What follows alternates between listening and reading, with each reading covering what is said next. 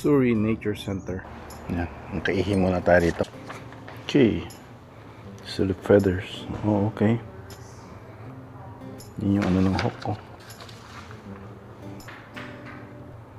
Leg, tsaka yung skull nila. Yan. Yung mallard. Yung skull. Ito pala yung ano, nest. Snowberry. Yan ang parang malunggay sa atin. Ito, blueberries ba to? Ang dami yun. Hindi ata. Ayan. Sarap ng hangin dito.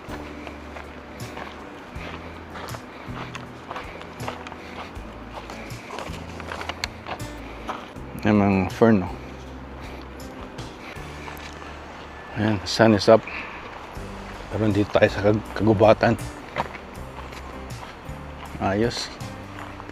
Ganda, walang lamok. Maliwalas. Parang nasa Baguio. Yan natin yung ano rito. Mas muna, no? Nagbigay na sila ng FedEx sa UPS label. Kasi pagka nilalagay dito sa ano, hindi siya mag-charge unless na i-wiggle mo. So tama nga siya, no? Punta tayo dito sa May Road, tsaka yung entrance ata ng lake. It's called Green Timbers Urban Forest Park. Guys, dito tayo mag-enter para sa yan, nakarating tayo dito sa lake. Yung mga ducks, mga chair dito eh. Ito yung Green Timbers Lake. Bibigay sila ng ano dito eh, pag may license ka, free pang you know, fish.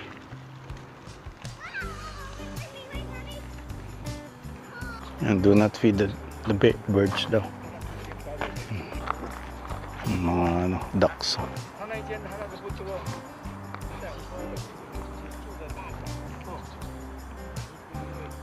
Saan ka pwede mag-fishing dito? I guess, awan ka dun. O sasalba ka ron. Yan, pumuna tayo ron. Yan yung buong lake. Maliit lang. Parang Ferguson Lake sa Forest for the Park sa Prince George. Yan. Ayos.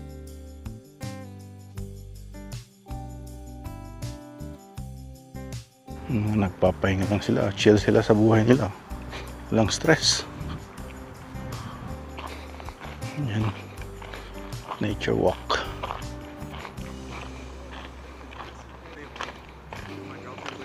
So dito sa Lower Mainland may mga 4 klima raw. Gusto mong mainit, meron sa may south. Gusto mong medyo malamig, sa North Vancouver, ganyan, sa mountain. Mas temperate dun sa gitna. Mas medyo hindi masyado maulan, malapit sa dagat. Yan. Kaya marami kang choice dito. Mga birds. Anong birds?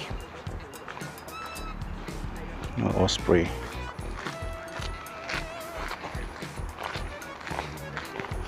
Birds. Hindi natin makita, tulog ata sila. Kayo ba, anong mga favorite part nyo dito sa Canada? Dun sa north, yung ano, ancient forest, may waterfall doon eh. Pero parang napaka-isolated kasi, kaya nakatakot kung may bear. Dito makalaman mo wala ng mga bear dito dahil nasa gitna siya ng city of Surrey, itong Nature Science Center of Surrey. Yan, mga almost 2 kilometers na rin na nilakad natin. walking is the best exercise. Kaya yun, make sure sa nung pagka sa winter sa North BC, hindi ako masyado makapag-walking dahil icy. Mahirap naman kung madulas ka kahit may mga gear ka na stud sa sapatos, very hassle naman kung lagi mong nilalagay. Ngayon everyday ka mag-walk. Dito get up and go ka lang. I will see this sa winter here. Hindi ko pa naranasan ng winter dito. Maulan na ata rito pag winter. Kasi sabi, imbis na mag-shovel daw ako ng snow, mag-shovel daw ako ng rain dito sa lower mainland. Yeah, so we'll see. Yan naman dito sa Canada, pag may PR ka na, citizenship, you're free to move around. You can work from other provinces, other cities. And hindi ka tied up sa isang lugar lang. So if you wanna experience the whole Canada, make sure you can try to go other places for work or entrepreneurship or business.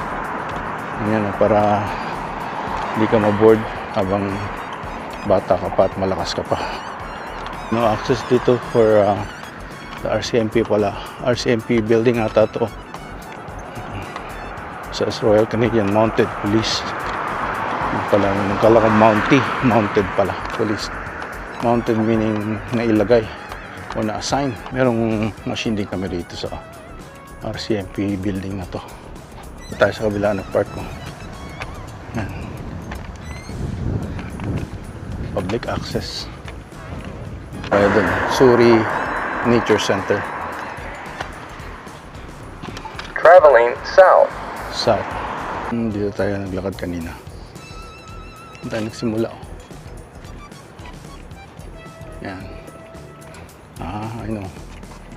Doon pala. South. North. Okay, kaya pala andun yung yan dito sa maraming flowers.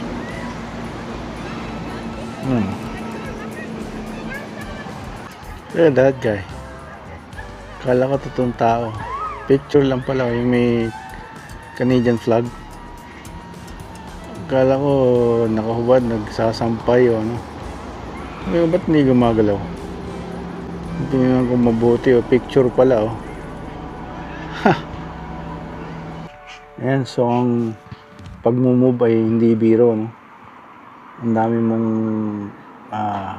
surprises na kinakaharap pagka yung nandun ka na sa place.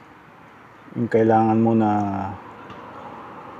tinitake advantage mo lang o taking for granted, kailangan mo rin palang bumili kaya ng microwave, yung mga plato, mga kawali, tsaka yung mga cooking utensils. Yan, kailangan nating i-establish yan, no? Kaya pag lumipat hindi biro.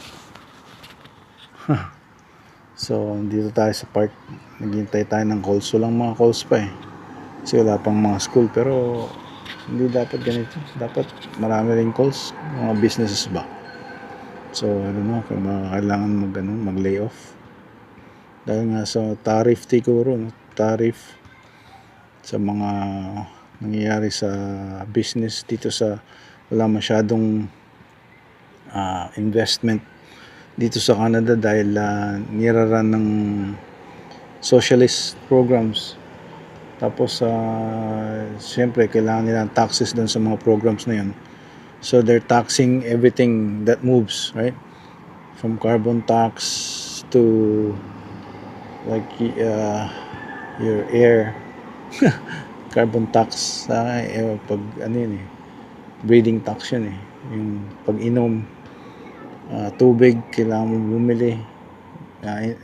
Nalaman ko rin dito yung mga tubig dito sa bahay may metro na, hindi na unlimited, hindi kagaya sa Prince George unlimited, pero parang mas masarap yung tubig dito, parang sa ko lang sa pakiwilasa ko. So, yun ang ating ang ating buhay ngayon pansamantala. Change ko yung mga update ko yung mga address change sa union, sa employer. Sa bangko hindi pa, tsaka sa license. So I will do that eventually when I get a place.